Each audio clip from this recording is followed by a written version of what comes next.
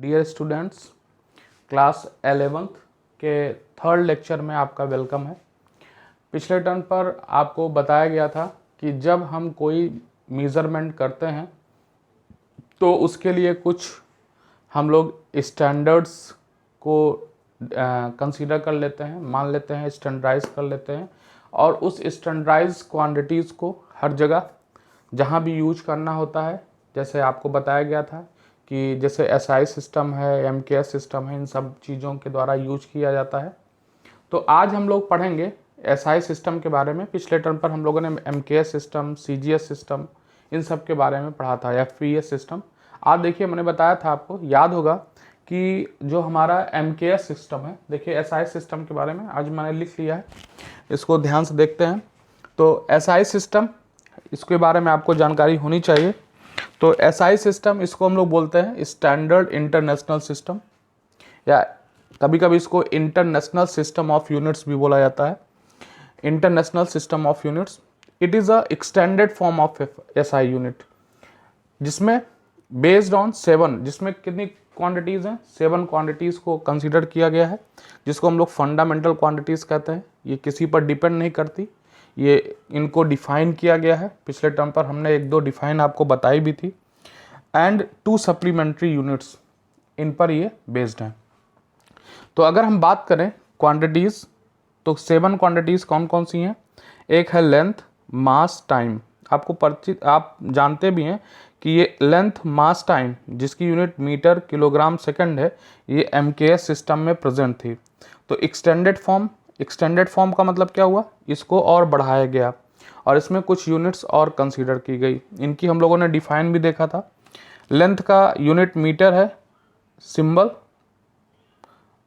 M से represent करते हैं। मास का किलोग्राम है, केजी। टाइम का सेकंड है, एस से रिप्रेजेंट करते हैं।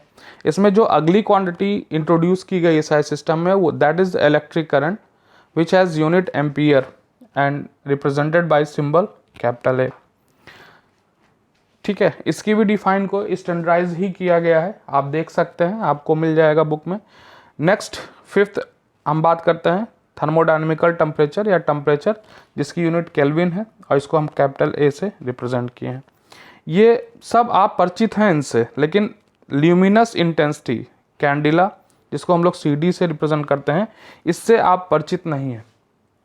इसके बारे में हम इंटेंसिटी के वर्ड में, इंटेंसिटी कई जगह आप यूज करते हो। जैसे मान लीजिए आप कहीं पर धीरे बोलते हो, कहीं पर तेज बोलते हो, तो आप कहते हो लाउडनेस बढ़ गई। तो पर्टिकुलर लाउडनेस से रिलेटेड इंटेंसिटी भी होती है, ठीक है ना, वो एम्पलीट्यूड से होती है रिलेट। लेकिन यहाँ पर इंटेंसिटी का मतलब है जो कैंडला है, जैसे बल्ब है, आप बल्ब याद करिए, या आप घर पर देखते होंगे, आपके यहाँ 5 वाट की CFL है और एक है 50 वाट की CFL। तो आप दोनों को देखकर कैसे अलग करोगे? आप कहोगे उसकी चमक ज़्यादा है 50 वाट के CFL की, और 5 वाट के CFL की लाइट कम है, तो आप कहोगे कि इसकी इंटेंसिटी कम है। तो कितनी इंटेंसिटी कम है, जैसे, तो उसको क्या इंटेंसिटी कितनी है, उसको हम लोग कैंडिला से रिप्रेजेंट करते हैं। Amount of substance, mole, MOL से रिप्रेजेंट करते हैं, यहाँ MOLE लिखते हैं। तो इससे भी आप परिचित हैं, क्लास 9th में भी आप मोल के बारे में जानते हैं, सब्सटेंस के अमाउंट को बताता है। इसकी भी डिफाइन को, इन सब की डिफाइन को स्टैंडर्डाइज किया है। तो ये 7 फिजिकल क्वांटिटी हैं, आप याद भी करेंगे, ध्यान में भी रखेंगे। Length, mass, time, electric current, temperature, luminous intensity and amount of substance. ठीक है, नेक्स्ट है सप्लीमेंट्री यूनिट्स। इनके साथ 2 सप्लीमेंट्री यूनिट्स बताई गई, एंगल और सॉलिड एंगल। एंगल क्या है? जिसकी यूनिट रेडियन है और इसको RAD से रिप्रेजेंट करते हैं। तो एंगल क्या है? एंगल जब आप किसी सर्किल की बात करते हो तो आपको पता है, तो इस सर्किल में अगर आप बताओगे कि यहाँ पर कोई पर्टिकुलर ये आर्क है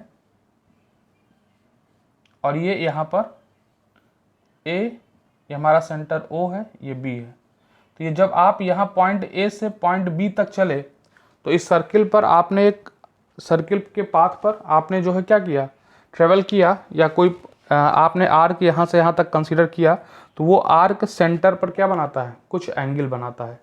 इसी एंगल को, ये एंगल ही यहाँ पर क्या है, किसी प्लेन के एंगल को ही हम लोग यहाँ पर एंगल के रूप में जानते हैं। और आपने इसका डिफाइन भी पढ़ा है angle is equal to arc upon radius, angle is equal to arc upon radius. तो इसकी यूनिट, इस एंगल की यूनिट क्या होती है यहाँ पर रेडियन, इसको रेडियन में रिप्रेजेंट करते हैं इसकी यूनिट को। तो कभी कभी आपसे 1 रेडियन की डिफाइन भी पूछता है, 1 रेडियन की डिफाइन बताइए।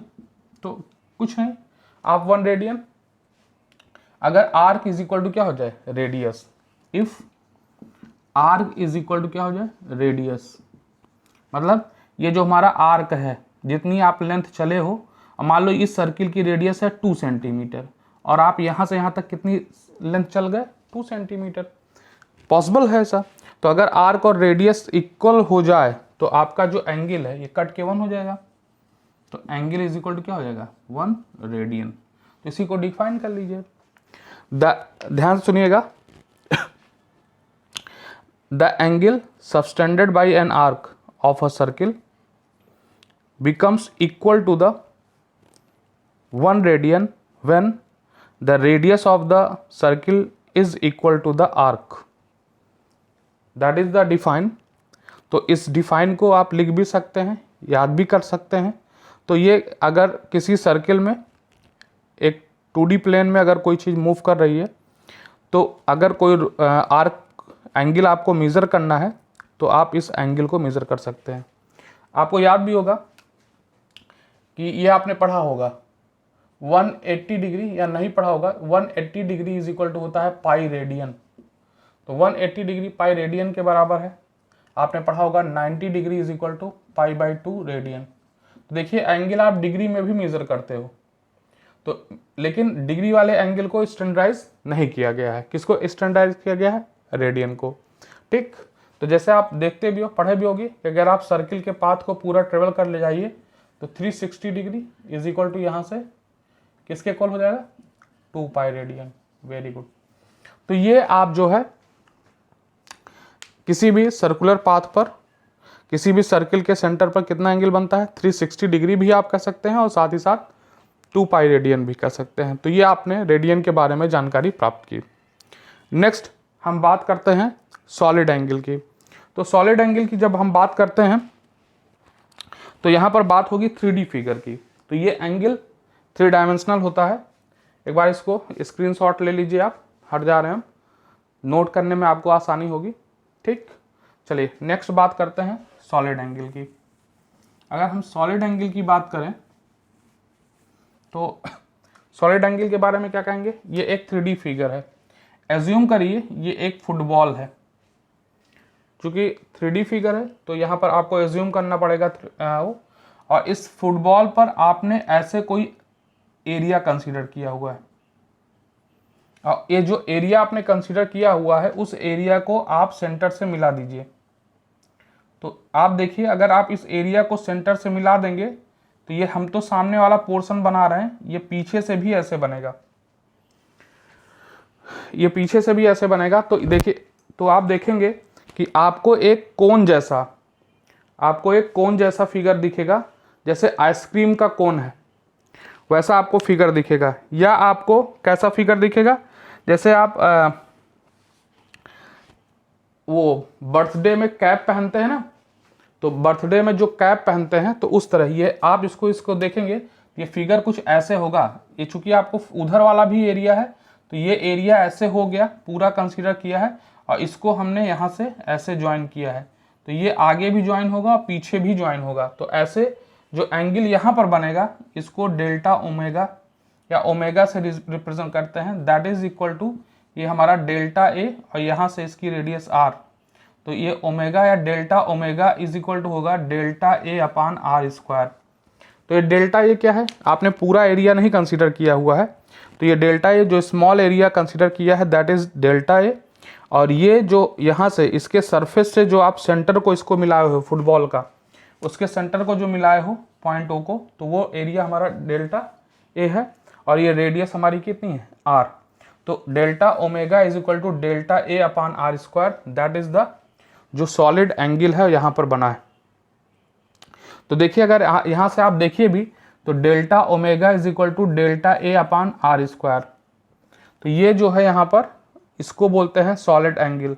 तो इसका अगर पूरे सॉलिड सरफेस का हम देखें तो इसका एरिया कितना होता है 4 pi R square upon R square. तो ये देखिए, तो ये 4 पाई एंगल, ठीक, तो ये एंगल फॉर्म हो रहा है।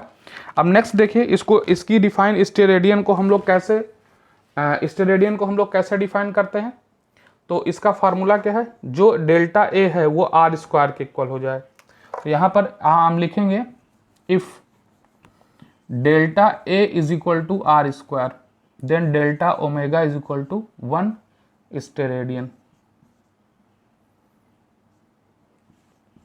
इसका मतलब क्या हुआ इसकी डिफाइन के लिए कि जो किसी भी जो है सॉलिड एंगल 1 स्टेरेडियन कब होगा, the solid angle becomes 1 steradian when area of solid surface becomes equal to the square of the radius of that solid surface. तो ये सॉलिड सरफेस के एरिया के अगर इक्वल होगा तो हमारा जो एंगल होगा वो 1 स्टेरेडियन के इक्वल होगा। तो ये जो है हम लोगों ने आज